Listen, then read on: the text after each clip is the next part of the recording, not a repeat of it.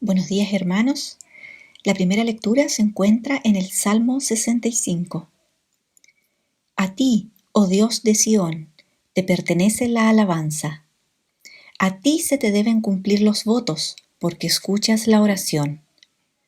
A ti acude todo mortal a causa de sus perversidades. Nuestros delitos nos abruman, pero tú los perdonaste.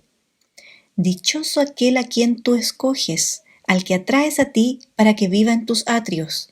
Saciémonos de los bienes de tu casa, de los dones de tu santo templo. Tú, oh Dios y Salvador nuestro, nos respondes con imponentes obras de justicia. Tú eres la esperanza de los confines de la tierra y de los más lejanos mares. Tú, con tu poder, formaste las montañas, desplegando tu potencia. Tú calmaste el rugido de los mares, el estruendo de sus olas y el tumulto de los pueblos. Los que viven en remotos lugares se asombran ante tus prodigios. Del oriente al occidente tú inspiras canciones de alegría. Con tus cuidados fecundas la tierra y la colmas de abundancia. Los arroyos de Dios se llenan de agua para asegurarle trigo al pueblo. Así preparas el campo. Empapas los surcos, nivelas sus terrones, reblandeces la tierra con las lluvias y bendices sus renuevos. Tú coronas el año con tus bondades, y tus carretas se desbordan de abundancia.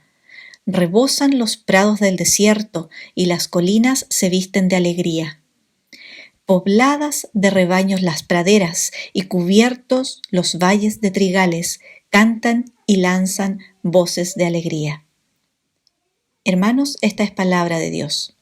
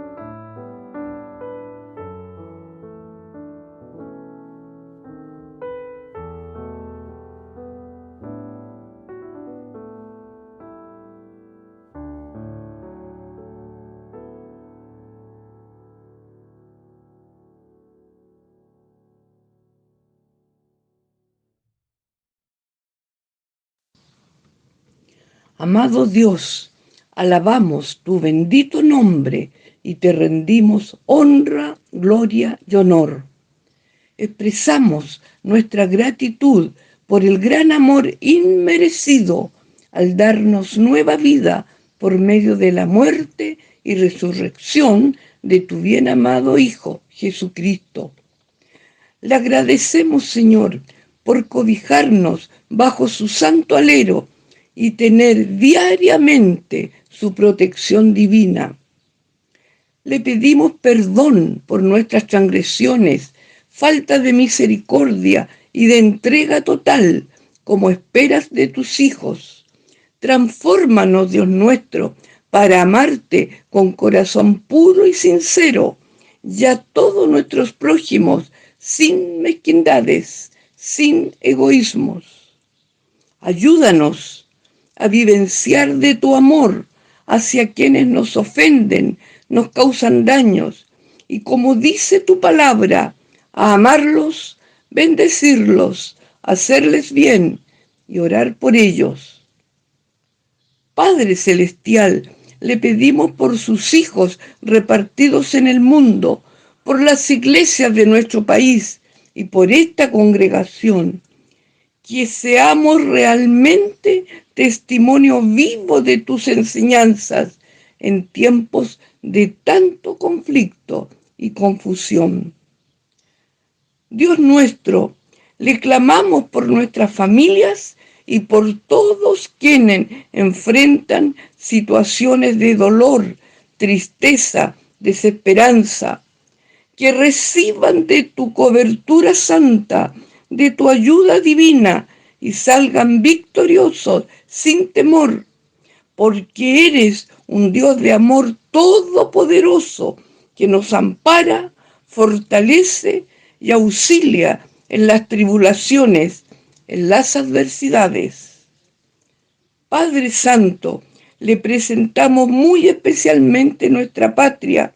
Rogamos de su misericordia y clemencia y pedimos que dé sabiduría de lo alto a quienes cumplen cargos de autoridad y responsabilidad en los distintos niveles, para que su actuar y decisiones sean justas, rectas y para bien de nuestro amado Chile.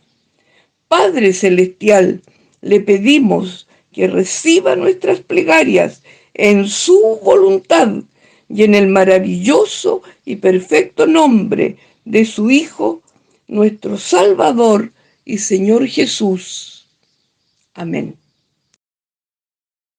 La segunda lectura se encuentra en Primera de Pedro, capítulo 4, versículos 7 al 11.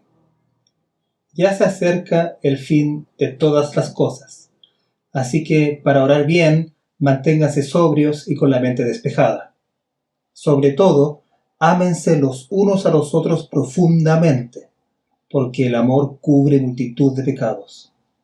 Practiquen la hospitalidad entre ustedes sin quejarse. Cada uno ponga al servicio de los demás el don que haya recibido, administrando fielmente la gracia de Dios en sus diversas formas. El que habla, hágalo como quien expresa las palabras mismas de Dios.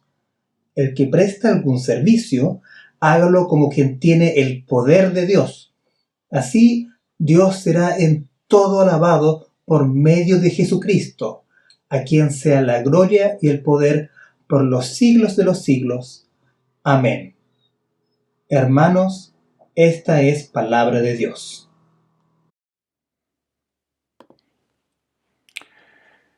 Esta serie que estamos haciendo hace ya algunos domingos en Primera de Pedro ha sido una gran bendición para mí y espero que para ti también, a medida que estudiamos esta carta, esta primera carta del apóstol Pedro.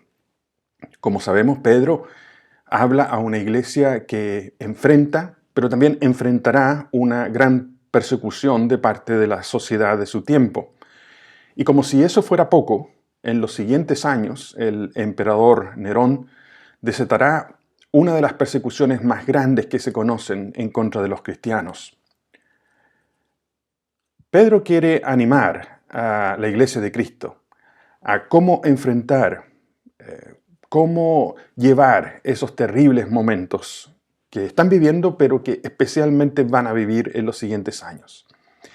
En el pasaje de hoy hay un versículo que es muy interesante y que no siempre es bien entendido. Está en el verso 7 y dice: pero el fin de todas las cosas se acerca. También se puede traducir se ha acercado.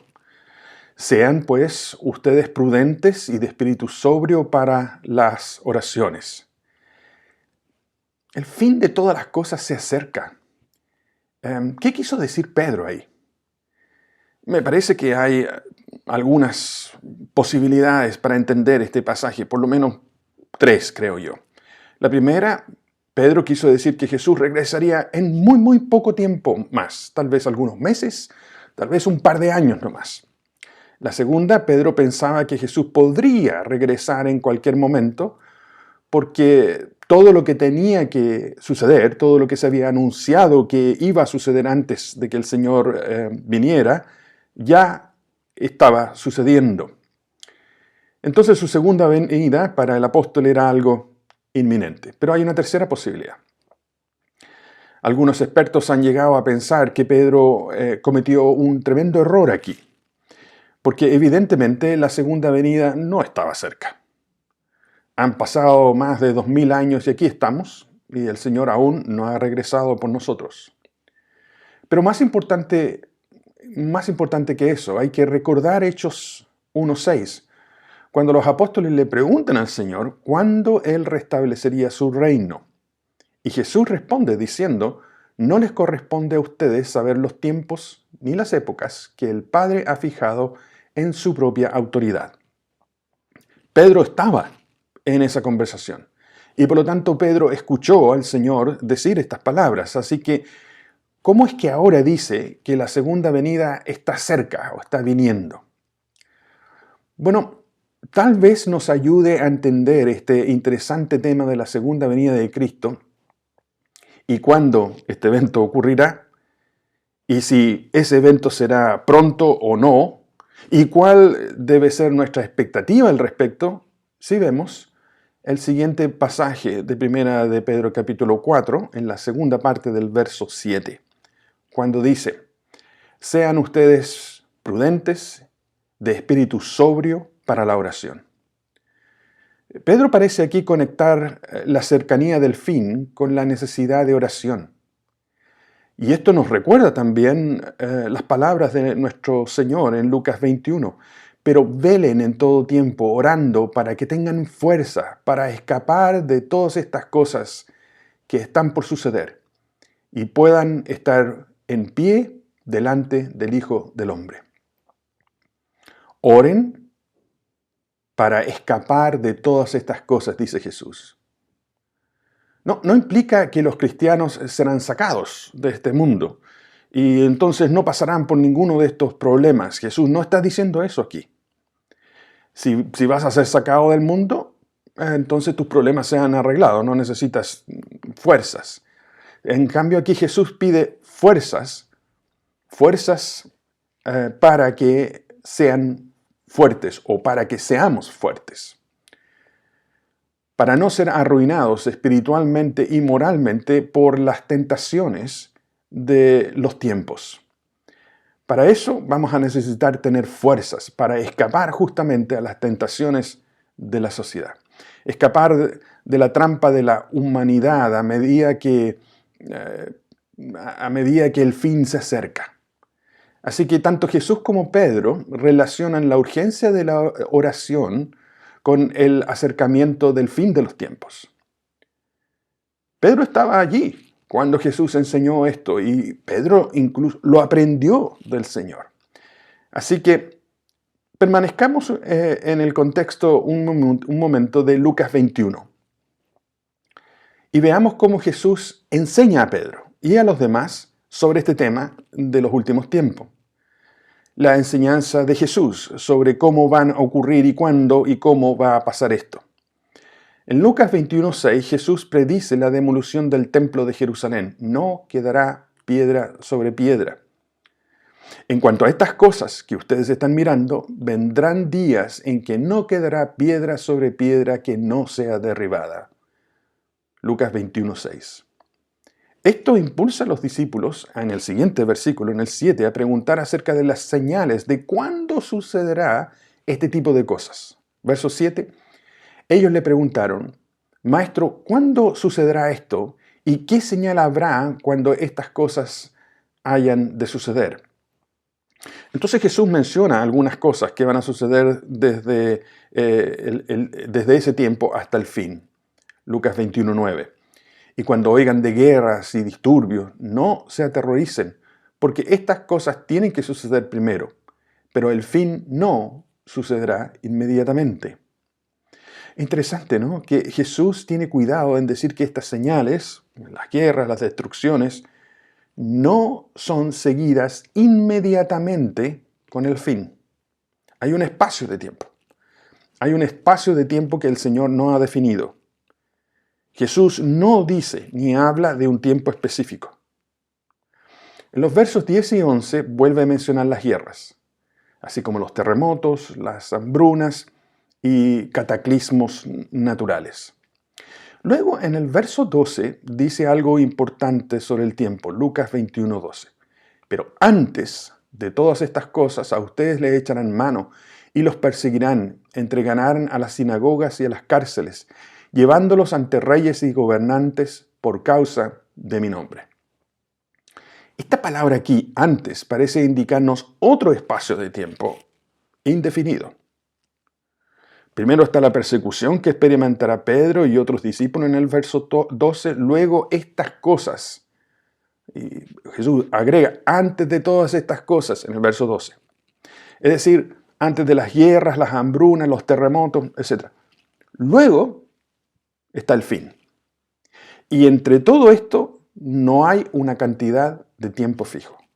El Señor no dice cuánto tiempo va a ser esto. Luego Jesús agrega algunas señales más que sucederán camino hacia el fin de los tiempos, pero nuevamente no especifica cuándo sucederá, o ni siquiera especifica cómo están conectadas. Solo cuenta algo.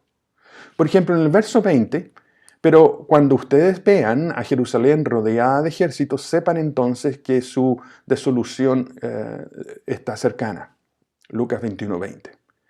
En la segunda parte del verso 24, en ese mismo capítulo de Lucas, Jerusalén será pisoteada por los gentiles hasta que los tiempos de los gentiles se cumplen. Así que la destrucción de Jerusalén es parte de lo que viene antes del fin. Y después de eso habrá un periodo de tiempo indefinido. Indefinido. En la segunda parte de Lucas 21, verso 24, Jesús habla de los tiempos de los gentiles y dice, Jerusalén será pisoteada por los gentiles hasta que los tiempos de los gentiles se cumplan. Ahora, cuando Pedro escribió Primera de Pedro, Jerusalén aún no había sido destruida. Pedro murió alrededor del año 65 después de Cristo y Jerusalén fue destruida por los romanos aproximadamente en el año 70 después de Cristo. Así que parece difícil estar de acuerdo en que en 1 de Pedro 4:7, el texto que estamos estudiando ahora, el apóstol haya dicho o haya querido decir que Jesús regresaría muy pronto. Jesús había dicho que Jerusalén sería destruida primero. Luego pasaría lo que el Señor llama el tiempo de los gentiles, que es otra vez un tiempo indefinido antes que llegara el fin de la era, antes de que el Señor regresara. Entonces, además de la destrucción de Jerusalén, Jesús también dijo que la evangelización mundial se llevaría a cabo antes de que llegara el fin. Hay muchos antes. Hay tiempos indefinidos antes de que el Señor llegue. En Mateo 24:14, hablando de la evangelización del mundo, dice, y este evangelio del reino se predicará en todo el mundo como testimonio a todas las naciones, y entonces vendrá el fin. Y no solo eso, Jesús le había dicho a Pedro lo que va a suceder en su vejez, por lo que predijo que Pedro envejecería. Jesús le dice a Pedro en Juan 21, cuando seas viejo, extenderás las manos y otro te vestirá y te llevará a donde no quieres ir. Así que Pedro no pudo haber creído que Jesús regresaría en unos minutos más, en algunos años más. Ni siquiera Pedro pensaba que Jesús iba a regresar durante su vida. El mismo Señor le había dicho cómo pasarían las cosas cuando fuera viejo. Y Pablo advierte contra este punto de vista de que Jesús podría haber regresado solo algunos días o meses o años después de estas palabras. Escribiendo a los tesalonicenses en segunda carta dice que nadie los engañe de ninguna manera porque no vendrá sin que primero venga la apostasía y sea revelado el hombre de pecado, el hijo de perdición. Hay cosas que aún tienen que suceder antes que llegue ese día. El fin de todas las cosas se acerca, dice aquí. ¿Qué quiere decir Pedro aquí? Creo que Pedro lo que quiso decir es algo así como el fin de todas las cosas se acerca. A nuestro alrededor se intensifica la persecución, como dijo el Señor. Hay rumores de guerra en todas partes. En cuanto a Israel, el horizonte es negro, el juicio del Señor también se acerca. No solo eso, sino que la evangelización del mundo, la palabra de Dios se está esparciendo como pólvora por todo el mundo, derramado por el Espíritu Santo. Tal vez Pedro mira a Pablo y ve que ha podido plantar iglesias en todas las ciudades principales de la Galacia, lo que es hoy Turquía, en cuestión de muy poco tiempo. Parece haber completado casi completamente la obra misionera hasta el fin del Imperio Romano, o casi hasta el fin del Imperio Romano. Pedro debe saber que Pablo tiene planes incluso para ir hasta España, el último lugar. Por otra parte, hay cientos, no sé, quizás miles de misioneros cristianos que se están formando y van a predicar el Evangelio en diferentes lugares, los lugares más recónditos del mundo. Para Pedro, si Pentecostés era una indicación de la expansión del Evangelio, si a eso le añadimos los éxitos de Pablo, todo esto parece una evidencia que el mundo podría ser evangelizado en no muchos años por el gran poder que Dios estaba derramando. Entonces Pedro perfectamente pudo haber dicho, hermanos, el fin está cerca. No estoy diciendo cuándo va a suceder, pero las cosas que el Señor dijo que deben suceder antes de que Él venga están sucediendo a nuestro alrededor y podrían lograrse rápidamente, incluso en esta vida. Así que sean sobrios para la oración. Porque el gran peligro, y aquí está el énfasis creo que Pedro quiere poner en este versículo, porque el gran peligro que enfrentamos los cristianos es enamorarnos de este mundo y perder de vista lo que el Señor está haciendo a nuestro alrededor. El gran peligro es que nos volvamos espiritualmente ciegos. Y cuando el día llegue y vendrá como un ladrón en la noche, o sea, sin ningún aviso previo, nosotros seamos destruidos.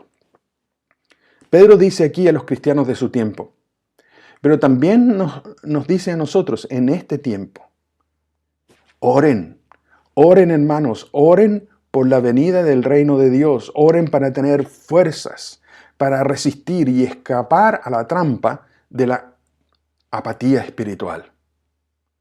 Era tan fácil en ese tiempo como lo es en este tiempo. Simplemente adormecerse porque los tiempos pasan uno tras otro. Un día tras otro, una semana tras otro, un año tras otro. Y eso puede llevarnos a adormecernos y perder nuestra vitalidad espiritual. Perder la pasión en nuestra relación por Jesús. Dejar de orar. Dejar de pasar tiempo con el Señor, dejar de leer y ser maravillados por la Biblia. Caer en la trampa, una trampa muy fácil, de transformarnos en perfectos religiosos, en lugar de anhelar con pasión una relación con Jesús. Anhelar con pasión que muchas personas puedan llegar a conocer a Cristo y que el Señor nos use poderosamente para llevar su evangelio, sus buenas noticias de salvación a aquellos que no lo conocen. Pedro ve la urgencia de mantener esta frescura espiritual en los cristianos. Pedro no quiere que se adormezcan, no quiere que nos adormezcamos. Pedro nos diría que si alguien se quiere entretener en el pecado, en el mundo, porque piensa que tengo mucho tiempo, si alguien piensa así, es un tonto irresponsable. No está viendo las evidencias que nos advierten que el juez sí está a la puerta. Todo el tiempo que tengamos desde ahora hasta la segunda venida, Pedro dice aquí de que debe ser ocupado fervientemente. Debe ser ocupado fervientemente en la oración y en nuestra relación con Jesús para no emborracharnos con los afanes y los placeres de este mundo pensando que tenemos todo el tiempo del mundo. ¿Qué debemos hacer entonces? El mensaje aquí de Pedro es advertir a los demás de esto con amor. Esta semana fui a un mall. Tenía que comprar algo que al final no encontré. El mall estaba repleto de gente que iba y que venía. Algunos comprando, llevaban grandes bolsas, supongo que gastando su 10%. Otros consumían en los restaurantes. Muchos solos caminaban y miraban las tiendas. Tengo entendido que Concepción es la tercera ciudad más grande de Chile con más de 1 millón de habitantes. El Gran Concepción. Creo que debemos preguntarnos muy seriamente que si hay un Señor de la historia que está viniendo otra vez, esta vez no como un manso cordero, sino como Señor y Juez Supremo para llevar adelante el juicio final. No se puede más que sentir mucho dolor, mucha pena, mucha preocupación por todas esas personas en el mall, las miles de personas que viven en la ciudad de Concepción, los millones que viven en Chile, esos compañeros de trabajo, de estudio, vecinos, amigos, incluso familiares que no conocen a Jesús. Ya que sabemos que sin Jesús no hay esperanza y sin Jesús tampoco hay salvación. Este pasaje de Primera de Pedro 4 es un fuerte llamado de atención para ti y para mí que decimos que amamos a Cristo. Un serio, muy serio llamado a nuestra alma y a nuestro corazón. Para de verdad preocuparnos por esas personas que no conocen a Jesús. ¿Qué vamos a hacer?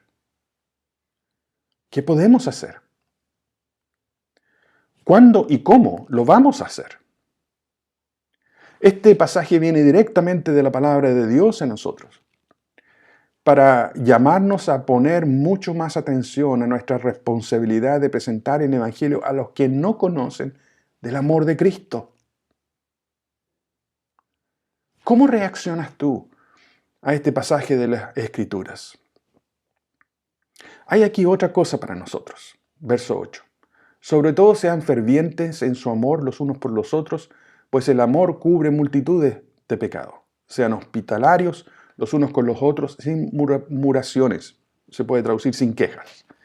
El versículo 8 dice que nuestro amor debe ser del tipo que es capaz de cubrir, perdonar multitud de pecados. En otras palabras, el enfoque de este amor es el que nos permite el compañerismo a pesar de que el pecado todavía está en nuestras vidas. A pesar de las diferencias que hay entre nosotros, a pesar de los diferentes gustos, a pesar de los diferentes caracteres, a pesar incluso de las diferencias políticas, a pesar de todo esto, Jesús nos pone juntos para amarnos y mostrar un ejemplo a la sociedad. ¿No es esto extraordinario? ¿No es extraordinario el poder de Dios que es capaz de hacer eso? Luego en el verso 9, Pedro dice que debemos ser hospitalarios sin quejarnos o sin murmurar. ¿Quejarnos de qué?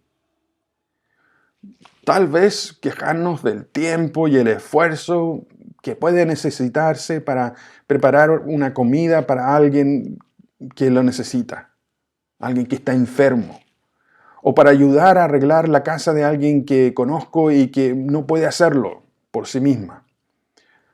Tal vez una mala actitud de pensar y sentirse culpable de que tiene que visitar a alguien pero no quiere hacerlo.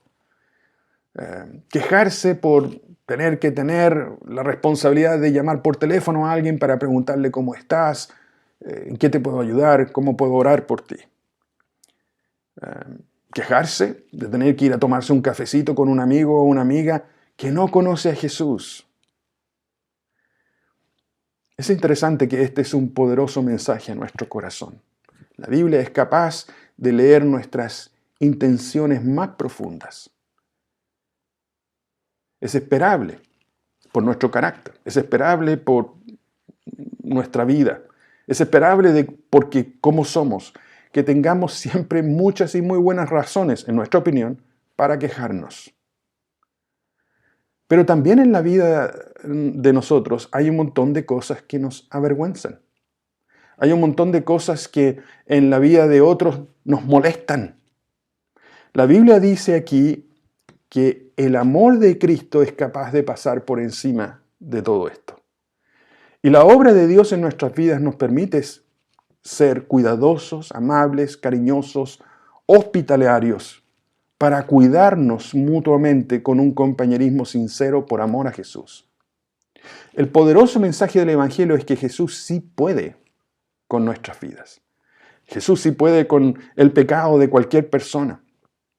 En Él hay un poder, un poderoso poder para cambiar las vidas definitivamente. Este para mí es un poderoso y fuerte y claro mensaje a la iglesia de St. John's. Un mensaje que dice básicamente, no pierdas el tiempo, no te distraigas, no te adormezcas, no pajaronees. No sabemos cuándo el Señor va a venir. Pero las cosas que Él advirtió que pasarían antes del fin sí están ocurriendo. No sabemos cuándo. Puede ser en unos minutos más, puede ser en unos días más, puede ser en años más. Pero Él sí está viniendo. Hay muchas personas a tu alrededor, Iglesia St. John's, que no conocen lo que tú conoces. Tienes la responsabilidad entonces y el privilegio de ser usado poderosamente por el Señor para llevar la esperanza del Evangelio. El mensaje aquí de 1 Pedro 4 es: no pierdas el tiempo. Busca al Señor con todo el corazón. Renueva tu pasión por Cristo. Él está viniendo. Fíjate cómo termina este pasaje de hoy. Si Cristo va a venir nuevamente por los cristianos, si Cristo está viniendo, vive de esta manera. Verso 11. El que habla, que hable conforme a las palabras de Dios. El que sirve, que lo haga por la fortaleza que Dios le da, para que en todo Dios sea glorificado mediante Jesucristo, a quien pertenecen la gloria y el dominio por los siglos de los siglos. Amén. ¿Cómo respondes tú a estas palabras del Señor a tu vida? Amén.